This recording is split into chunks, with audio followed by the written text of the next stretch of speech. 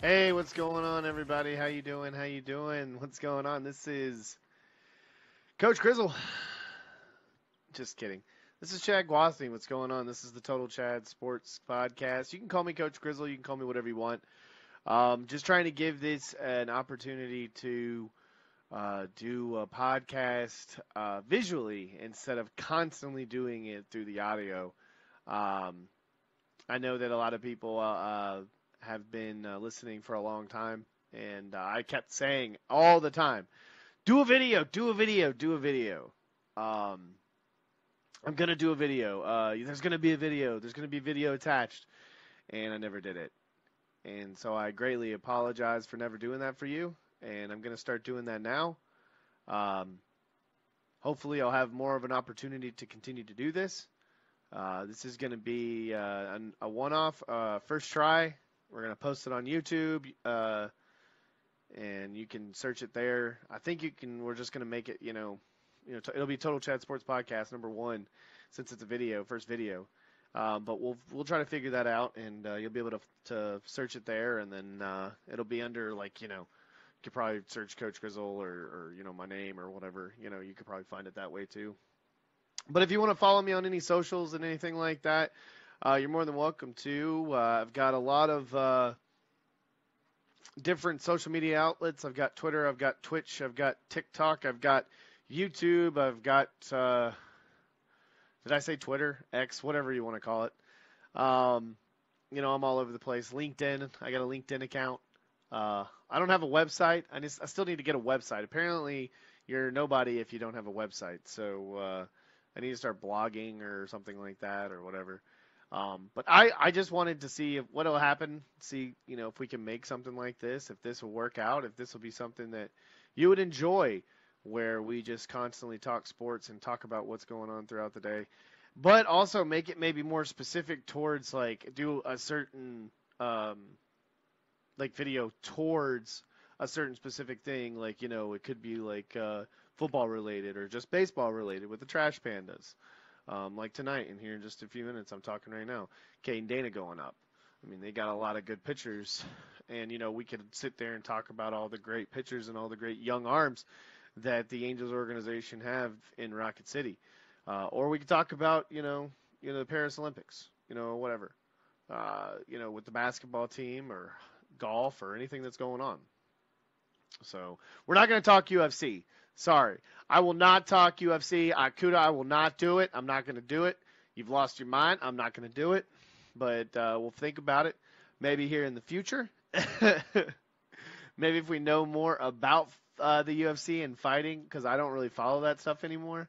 We could do that, but we're just not going to do that because that's just not something that we do. So because it's just it's just I'm sorry, we're not going to do that. But I appreciate everybody that's always listening to the podcast, Total Sports Podcast, Total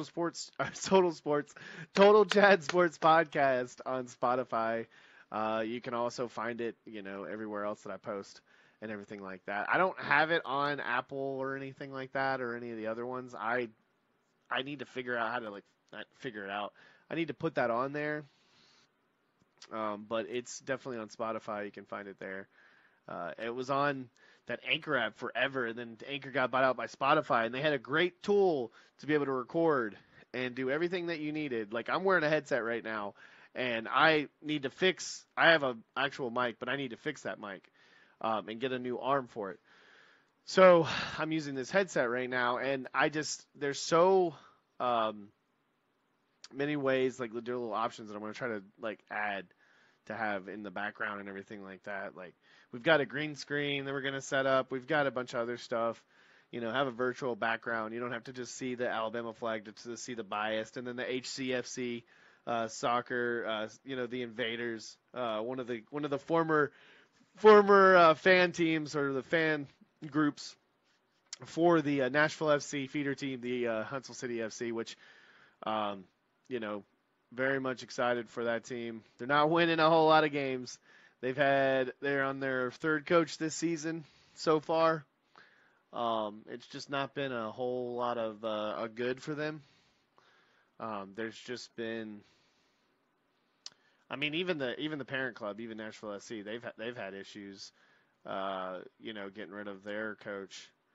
And I mean, it's just when you're sitting there watching it, you're just kind of like, okay, like when's it gonna stop? Like when's it gonna get better? When are we actually like gonna see a good team? But they have like a really young team. They just can't ever figure it out. That's the problem. I mean, the half the time, I'm sitting here watching things and it's just like, they've got a lot of good players and they call them up too. I mean, Forster Ajago, they called him up almost immediately. That dude scored like 4 goals in like 6 games, and then you didn't ever see him again. And then you've got guys that just are up and down, guys that are young, with new coaches and everything like that. You still got like veteran players too on the back end in goal with Ben Martino, who's been up and down on the parent club and been up and down with the bottom club. It's just it's really rough. But when you're asking another assistant coach to be the interim head coach, and then you've had another head coach as well, it's just one of those things that just makes it rough for a young franchise that's like literally only had like you know um, they've only had 2 seasons, so but we'll see what happens. What they're going forward with. We'll see what happens with Nashville SC with BJ Callahan leaving the USA team and then going over to Nashville, and then see what happens bringing what they do with the HCFC, because it's just not been good. It's not been.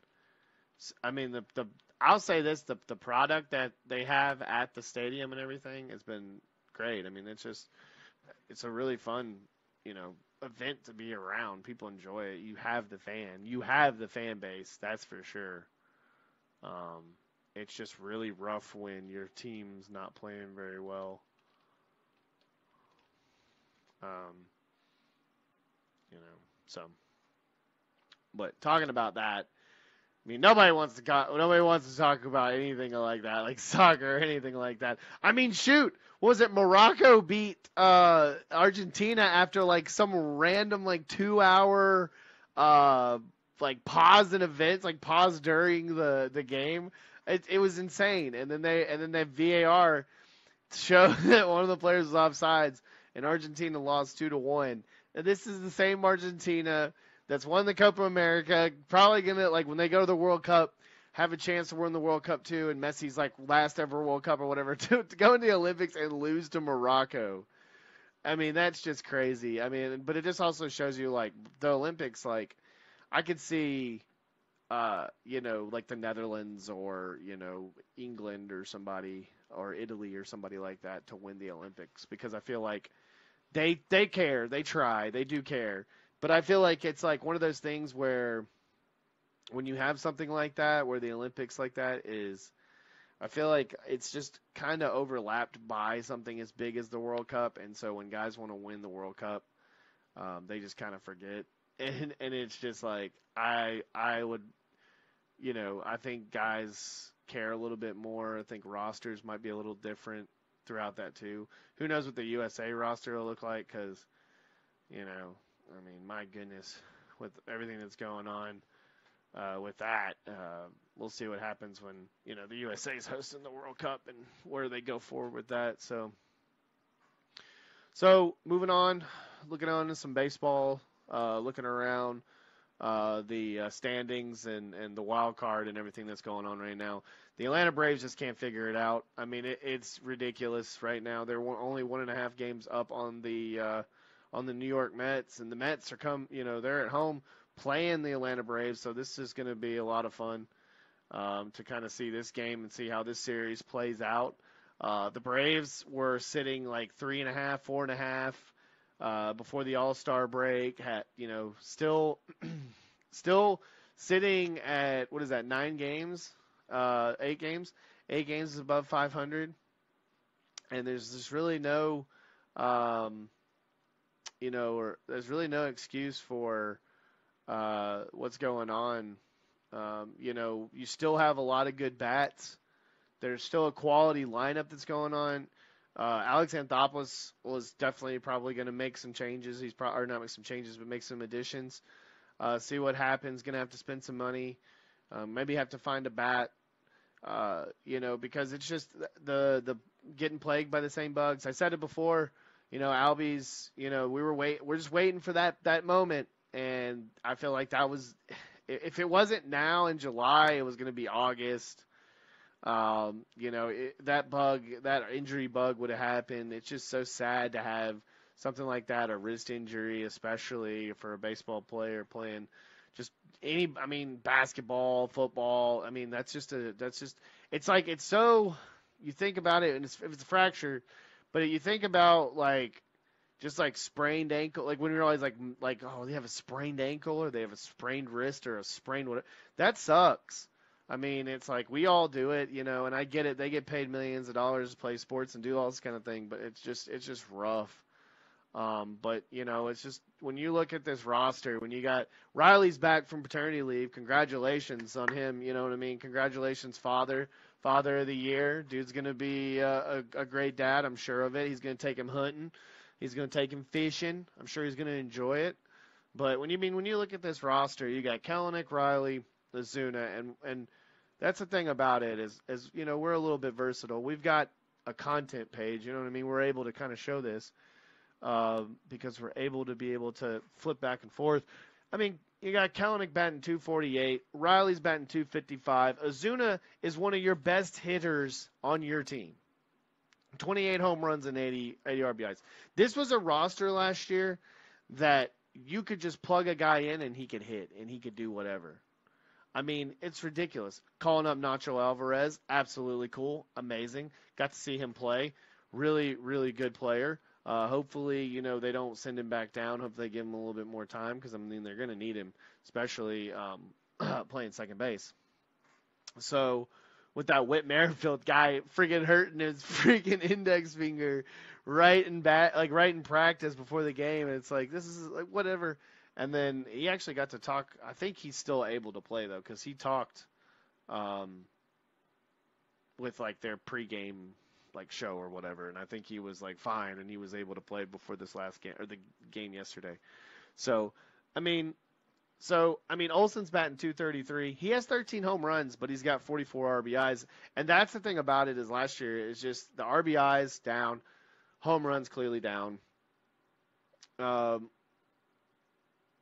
the one thing you miss about Freddie Freeman. Freddie Freeman's going to get you hits, and Freddie Freeman's going to get you RBIs, and that's the difference between having Matt Olson right now with this slump. So it just doesn't look as good because his average is down. The home runs are down, especially compared to last year. Actually, as I'm talking right now, the game's just starting. So, when you're looking at the rest of the roster, you're looking at something that, in my opinion, is just Eddie Rosario, too. It's like you didn't expect any of these guys to even be back or even on this roster. Laureano. Orlando Arcia's batting 216 and batting at the bottom.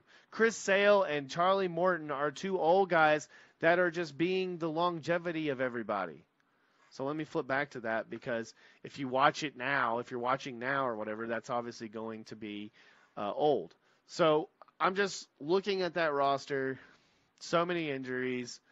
Even Austin Riley being away for 15 games or whatever it was and not really hurt and whatever that was. Sean Murphy's not even in the lineup right now. It's just rough. It's rough to watch young pitchers that they have getting hurt.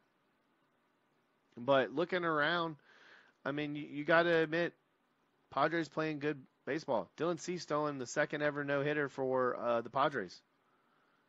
Literally today as I'm speaking. They're 55-50 right now. They're dominating right now. The last 10, the Braves have 3-7. Looking over here at this.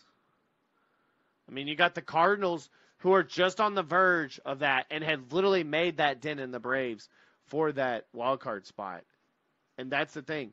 For the Braves to have this and what they have, you gotta kind of go, well, hopefully they get a run. Because the Mets have made plenty of runs in the first half, especially in the second half. I'm not even trying to be biased as a Braves fan. I'm sitting here wearing a trash pandas hat. I am not an Angels fan. Okay, through and through a Braves fan. But to be all serious and non-biased, I mean the Mets. The thing about the Mets is 7-3 in their last 10. Their run differential is plus 22. That's the only thing that's really hampering them. They're 26-26 at home. Need to get better at home. Braves are 30-21 at home. Their away is just awful, 24-25.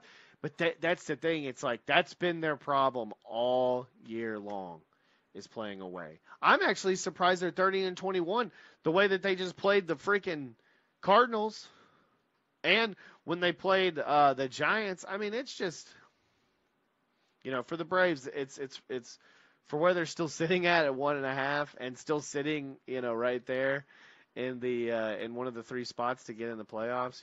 It's that's what I like about baseball is it's like we'll see what happens late in the year. Some of these teams that are in first right now, the Phillies, the Dodgers, and the Brewers. We just never know what's going to happen within their own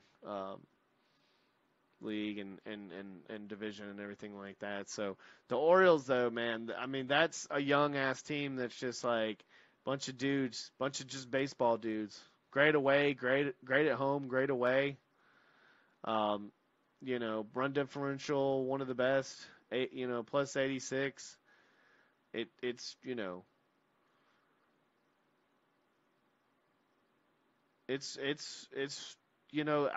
that's kind of crazy when I look at the AL right now and see how down the run differential is compared to the NL. Now, granted, the freaking Dodgers are loaded. They got a bunch of dudes. They got a bunch of guys that can produce runs, whatever. So do the Phillies. They got a bunch of guys that can hit. The Brewers, it's like they got to figure it. they got it figured out. I mean, plus 84. I mean, the run playing really good away, playing good at home. They're playing better against plus 500 teams. That's the thing. That division is so bad. I've said it for many years. If you've ever watched me before on any or listened to me on any before, I have talked about the Brewers plenty of times to say that like the both Centrals are just dog shit. Can we just talk about that? Yes, the Guardians are running away with the Central. The Central's dog shit. Okay, the Twins are still. They're playing really good baseball. Same as the Braves. Same record, by the way. No, sorry, they have 2 more wins. And 1 less loss. But the Twins, the friggin' Tigers, the White Sox, awful. Awful baseball. The Central is just absolutely bad. We know that the Guardians are probably going to end up losing. Let's say probably they might end up losing to the Twins or the Royals, but still make the playoffs because they're running away with the Central right now. One of the best teams in baseball right now. Second best team in baseball compared to the Orioles because the Phillies are the best team in baseball. But the Astros, for instance. They're still the Astros. It's like the Braves. It's like, as bad as the Braves are, their record is about as comparable as the Astros. And the thing about the Braves is the Braves still have all these stupid makeup games, and they keep getting all these like BS rainout games and then having to go play these stupid doubleheaders the next day. And it's just like, I mean, you can't make excuses, but what do you want the Braves to do? I mean, and you ask them the thing out of the other team too, they got to do the same thing. They're going to win. You know what I mean? They got to win, everything like that. So, you just got to just win your games, especially whatever's getting thrown into you. But that's the thing. The Braves have had more rainouts than they've had wins this season. I mean, more than they've had runs batted in. I mean, this is ridiculous. So, some of these games that get made up or whatever, it's like, I don't know how you try to throw them in. They had to play was it the White Sox or something in between another game where they're on the road and on at home, and it's just crazy how they are able to do that. They're like, oh, it's not that far away. Just just plane over there. You'd be fine. So you can tell it's a slow year when you're just sitting here arguing about baseball when teams are still up, teams are still dominating right now. It's still kind of early. It's right after the All-Star break. Some of these teams could start. I mean, literally nobody would have said anything about the Diamondbacks last year making the run they did, and I never would have. If you probably went back and go listen to me, I guarantee you I was not big at all on the Rangers. So nobody. I guarantee you, there's not a whole lot of people that would have been talking about that kind of stuff. So another thing we're not talking about is USA basketball, and I'll keep it short and sweet because we're getting close to time. Because I'm just doing my first ever kind of thing. But they play Serbia on the 28th Sunday. Okay? Today's the 25th of July. They play the Sunday. I think it's at like 10:15 in the morning. Okay? And I think the other game on the 31st, they play the South Sudan, who almost beat them. They play them at like 3 o'clock in the afternoon. So this game at like 10 o'clock in the morning. They play Serbia, and we'll see what happens. They got to play Jokic. There was no Bogdanovic, I think, last time they played. It's Serbia. They have a big team. I don't think they have a fast and long. They like a fast and athletic and a long team. South Sudan have a fast, athletic, long team.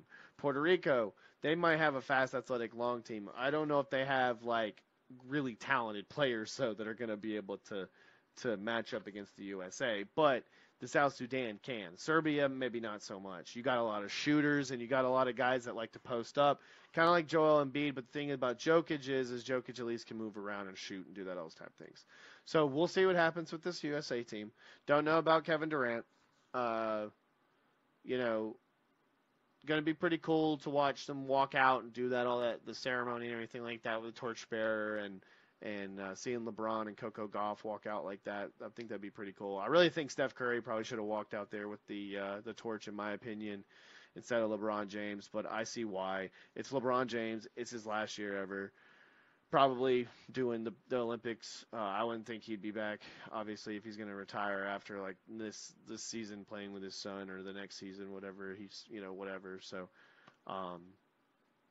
I still can't believe that they compare this USA team, like one of the best. Like, the 92 team is the best. The Dream Team is the best. How in the world is 2012 not, like, the Redeem Team or whatever? How is that not one? That team could beat this team. I mean, Anthony Edwards is amazing. Don't get me wrong. You got LeBron James, Kevin Durant. We're not playing 2K, okay? We're talking about, like, these dudes, like, some of these dudes that I'm talking about were on that team and were younger and in their prime. So, I mean, I do love supporting USA anytime.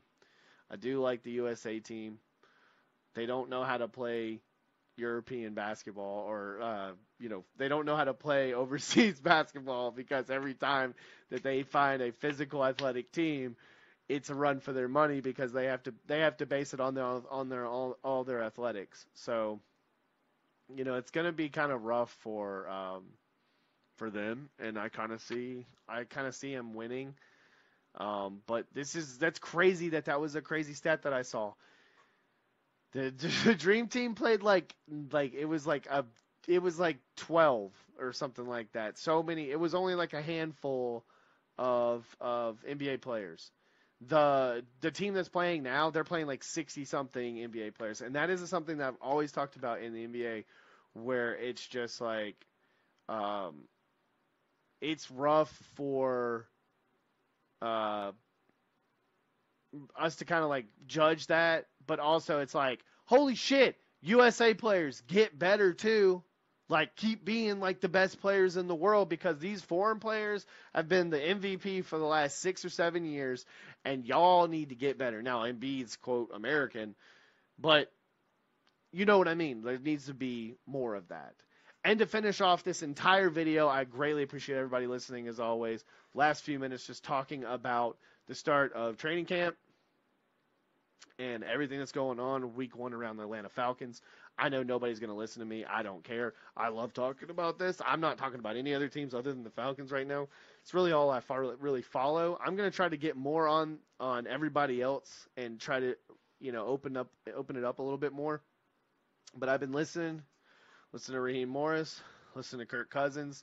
I listen to Bijan. I listen to Grady Jarrett.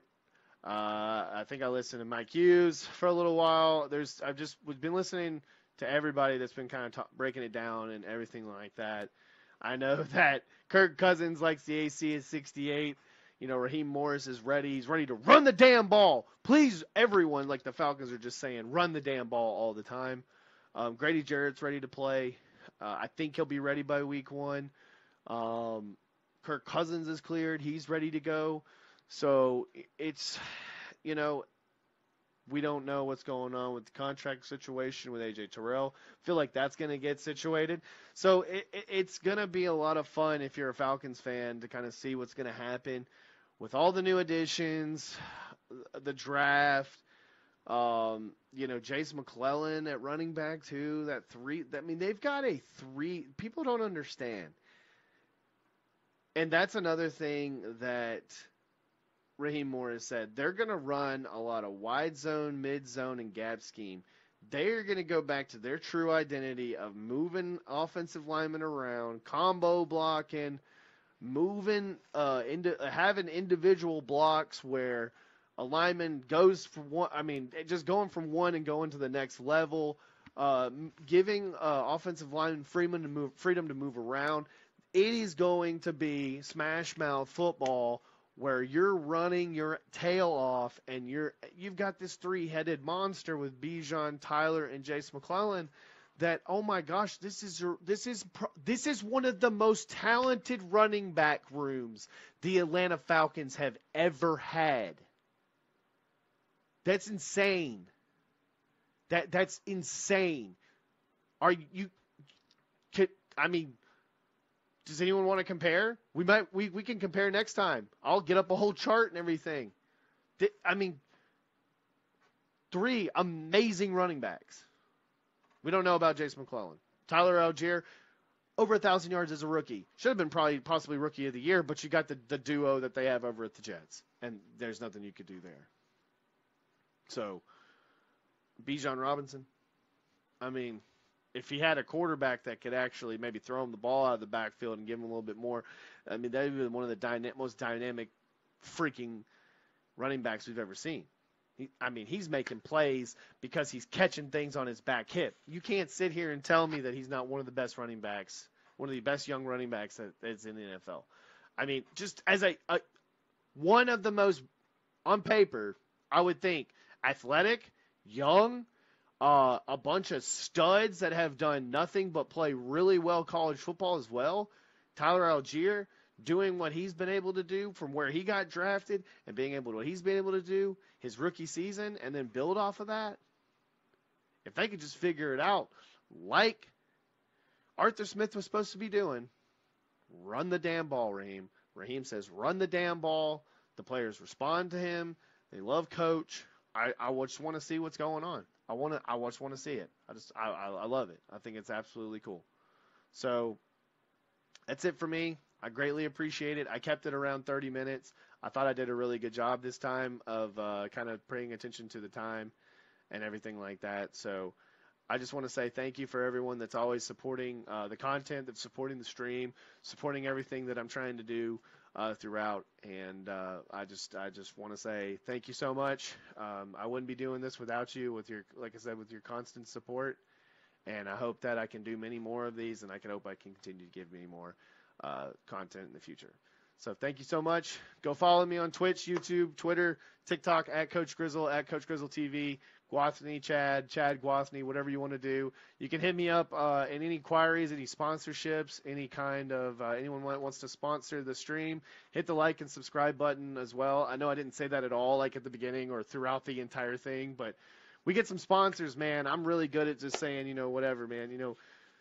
We could literally say, I'm not saying it, but we could say whatever this water bottle is sponsoring this round of just talk and what we're all about, and just giving me an opportunity to be able to continue to do this and create more content and everything like that, and just tell you how great a lot of the products are that are trying to sponsor this. And if you want any of those, you can hit me up you can hit me up at guathnychad@gmail.com. So guathnychad@gmail.com. And I just greatly appreciate everyone that's again, and y'all have a good rest of your day. Thank you. Peace.